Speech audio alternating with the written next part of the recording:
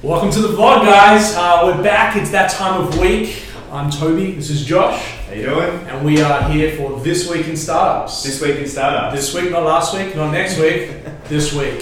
So Josh is going to have a regular standing. For those of you who missed the show last week, we're going to be doing this every Wednesday here from Creative Cubes. Josh, what's been happening in startups this week? Well, we've got some really cool things, and I think mostly they're thoughts that things that I've been thinking about over the past week. Yep.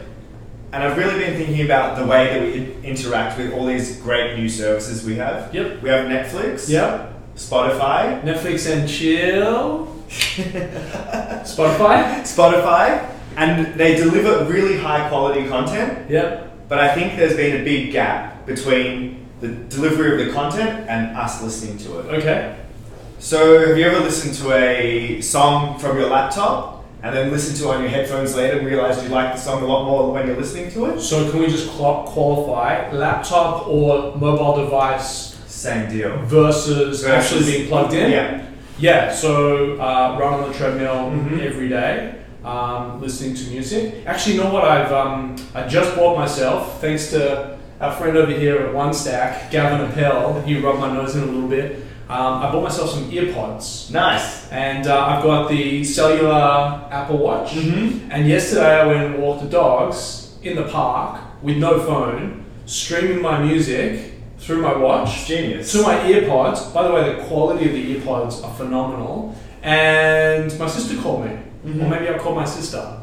And I was speaking. I had no phone with me. It's freedom. Amazing. Yeah. So I really like the AirPods. I'm a Beats fan person. Actually really like Bose. Yeah. But Bose lost me when they weren't able to keep up with the wireless aspect. Now they're wireless, so we're cool with them again. But I use Beats X. I run with AirPods. What are you talking about this week? I mean, all I've really been thinking about, I've seen some really cool Aussie startups. Yep. They're doing really cool things in the headphone space. Cool. Names? Recently, Nuraphones. Okay. They provide over-ear headphone solutions, and they use artificial intelligence to give you a unique sound profile for the way that you hear and listen. So when you're listening to content, you'll arguably hear it a lot better than if you were just listening from a standard device. So, but will you and I hear it different? Is it artificial intelligence based on human being, or is it artificial intelligence based on?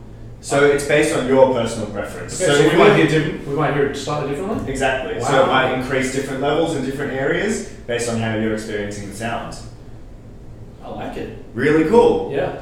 And we also have another one. What was the name again? We have Nuraphones. Nuraphones. I like it. So they're cool. They're wireless as well, so you can still go running. But they have over ears. Yeah. Maybe not for me running, but for running generally, maybe. Maybe. I'll drop a link in the description below with a link to their website. Yeah, so sure. You guys can check them out. I like the idea. And they're around $500. So they're an investment. Yep. But I think the AirPods are about $220. Something like that. So the price difference double. You're getting something quite unique as well. I know my Beats Wireless, which I use on the airplane, they're about $500. Yeah, so I think that's the like mid-range price point for a high-end listening device. Yep. The next one we have is Nuheara IQ Buds. Okay. These are amazing buds. So they're completely wireless buds. Yep. And they use adaptive technology to change the way that you're listening. Yep. So one way that they can change the way you're listening is by adjusting the sound levels based on your preferences, just like an EQ feature on a radio. Sure. But I think that's not the most amazing feature. The most amazing feature is that it can actually adaptively change sound from the external world as well. So if you and me are sitting in a busy restaurant, and it's very loud, if we have it'll motion up or motion down, it'll zone us into each other, and block out the external sound, or it can increase your hearing capacity from a distance away. Amazing for new parents. Amazing for new parents. And I like that idea. And they're really cool, and the battery life, from what I've read, is more than the AirPods. And arguably providing a lot more features. And they're around today. And they're around $300. Okay. So some decent stuff. I'd definitely be interested. I'd also be interested if anyone, are they on market right now? They're on market. Okay. So if anyone out there has got The first company? We got Nuraphones. Have anyone's got Nuraphones or? Nuheara. Nuheara. I like that. Nuheara. Yeah. Play on words. I always play on words like that. If you guys have got them, I'd love to hear your feedback in the comments. I'm sure some of our viewers. These videos are getting around 4,500 to 5,000 views now. So hopefully someone. Surely someone out of the 5,000. Surely there's at least one pair. Cool. What else is happening in startups? So in startups, I was just thinking generally about the Australian startup industry and our ecosystem. I'm sure you've noticed after moving from LA back to Australia, there's a lot of people probably asking you, how do we compare to Silicon Valley? Mm-hmm. Do you hear that a lot? A lot. And how do you think that the markets are completely different and will develop in their own way, or they like feed off each other? I think we have some incredible talent here. Mm-hmm. So talent pool, I think that pound for pound, we're just as good. In terms of our hunger and go get them, we are left in the dust. Really? But I'm reading a lot this week, specifically over the last week, that Australia has a really large opportunity to become fintech capital of the world, which makes me super excited. But really, from a personal standpoint, I think we're just as good, if not better, pound for pound. Yeah. I think that in the US, people are more hungry. I think we have it very easy here, although I don't want to bite the hand that feeds me.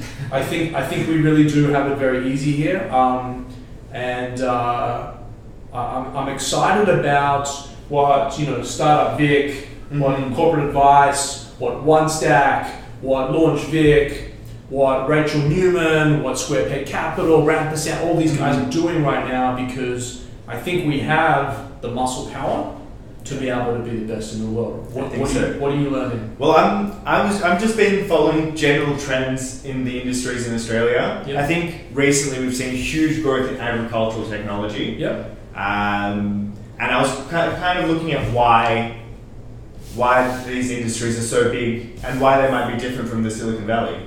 And I think, for example, in Australia, we're the 4th largest grower of greenhouse veggies in the world, and that's not adjusted for our population. Okay. So that's really huge for such a small country in population. Yeah, so effectively what you're saying, pound for pound, we should be number one. We should be number one, right? But it's not scaled. It's not scaled. And we're number 4. Right, so that market pressure leads increased innovation into that sector. Yep. We also have a large amount of land that people have to control over, and people are trying to find ways out of need to automate this process or these processes. Yep. So I think that's really cool. So I've kind of been looking at maybe what's coming up in the future. Yep. And I think construction tech in Australia might be pretty big. I like the idea of it. We just need more people in this country. We need more people. The reason I got thinking about this though is because I read an article that said by 2050 there'll be no workers on construction sites. No workers. Okay. So you think it'll be all automated? Well, this is what I read. Robots? Maybe robots. Tesla-esque, if they're not dropping in their share prices consistently until then. Fair call. But I think it'll be really cool to see what happens. Apparently, statistic I heard earlier this year is that we have the most cranes up in the southern hemisphere in Melbourne right now, or in Australia. Sorry. Yeah. So that's something that I've been in the US for a long, and I come back. Well, I was coming back, once or twice a year to Australia, and something that was very, very evident was when I'm coming off the Tyler Freeway over the Balti Bridge, the amount of construction that was going on in Melbourne, the city has sprung up big time, and that's been yeah. I don't want to say shockingly surprising, because shockingly sounds like a negative word, but wow, really out there, and so I think. Over the next few years, we're going to see construction tech building and changing. The advent of 3D printing means we can create more durable products. Sure. And there's startups that are helping to improve the management and safety aspects of the construction site, which I think have been a real challenge for a lot of large companies for a while. So I'm excited for that in the coming few years. Yeah, I like it. Do you think we'll be able to build stuff faster? Because these machines will be working 24/7 versus manual labor 8 to 10, 12 hours a day. Right. So faster, they'll be lighter, more durable, because we can design for durability. Yep, or like wind coming in, or seasons. Right, and we can design for sustainability to heat and cool buildings by design. I like that. Which is really cool. Yeah. No pun intended, right? And we can also use more recyclable material because the inputs are easier for the construction industry. So I think it's cool. I like it. And I'm excited to see what comes up, and if anyone's heard of some cool construction tech startups in Australia, we'd love to hear from you. Yeah, just add your tag your company in the comment section below. You know, last week we talked about Snapchat. Mm-hmm. I think it was overnight that they released their earnings call. Mm-hmm. $30 or $40 million in inventory in spectacles. Yeah. Oh man. Spectacles. Yeah, spectacles. I really wanted to, like I said, I got a couple of friends that are at Snapchat in Venice, Venice, California, not Venice. Yeah, not the gondola Venice. No. Not the Vegas gondola Venice either. But my heart goes out, because these guys have left, serious positions at other companies to come into the startup world. They're being paid a fair wage, but the real bounty was the stock share. Sure. And they had been, and I'm not saying that I have this inside information, I'm just saying that what I understand of their situation is that they had their share price or their shares locked for an extended period of time, and they couldn't sell the day that they floated, and 6 months later, I think there was a lockout for 6 months that they couldn't sell it, and down it goes. I think I'm really a bit nervous about Snapchat at the moment. Yeah. I don't think creativity is being promoted on Snapchat anymore, as we discussed last week. I went out this weekend, and I had friends who use both platforms. Some use one, some use the other. And I think the biggest problem is that I went on Snapchat and I had 4 friends after the weekend who posted videos, and I went on Instagram and had 5 times the amount.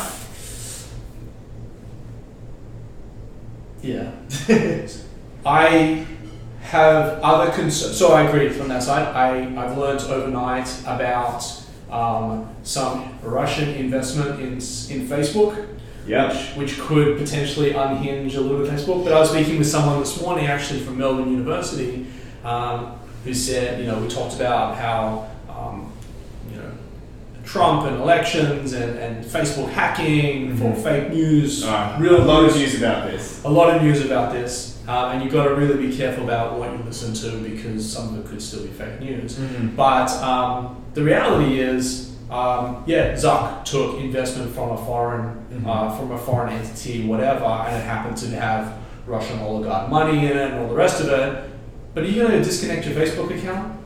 No, probably not. I don't think so. So there's going to be a lot of rah-rah around, Snapchat might come back. I'm bringing this back to the core subject. Snapchat might come back because Facebook's in trouble because of this Russian money.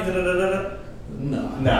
I don't think that's the way the market works. No. I don't think the pressures on Facebook will somehow influence the Snapchat users. No. I think Facebook's secure. Yeah. It's got its user base. I actually read an article interestingly this morning on Facebook. Yep. 200 million of their daily active users are fake profiles. What? Yeah. So they claim to have 1.6 billion actives? Yeah. Wow. So 200 million of fake profiles. You got to cut down, Josh. That's enough with your aliases out there, right? Maybe have one, but not 200 million. Surely. Well, yeah, it's all me. So when you say they're fake, are they fake in order to catfish people, or are they fake in the sense to like promotion and all that kind of stuff? I'm not really sure. It didn't really define what fake was, but I assume fake just means not the authentic user, not you or me using it, but we might have an alias to sell shoes or... So, I wonder if, I've got a friend on Facebook who claims he's 39 years old, he's my nephew and he's 14. Would that be considered real or fake? I think that's a real profile because it's connected to an individual. Yeah. Even though I could make out that I'm older or younger. Yeah. No one knows. But I don't think that's the fake profile issue. I think the fake profile issue is having those people who have no mutual friends adding you, and we've all had that before. Right. So if you go onto Fiverr.com.